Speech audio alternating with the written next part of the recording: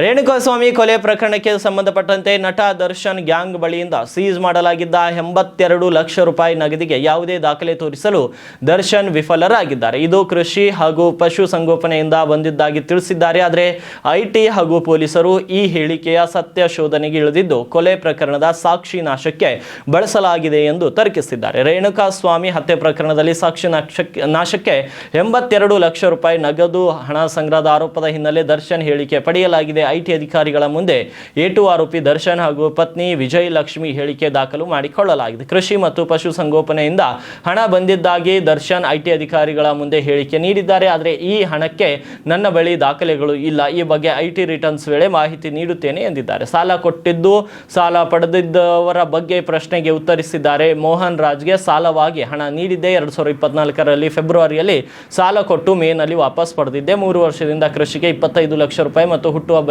Gift ರೂಪದಲ್ಲಿ 15 ಲಕ್ಷ ರೂಪಾಯಿ ಹಣ ಪಡೆದಿದ್ದಾಗಿ ಹೇಳಿಕೆಯನ್ನು ನೀಡಿದರು.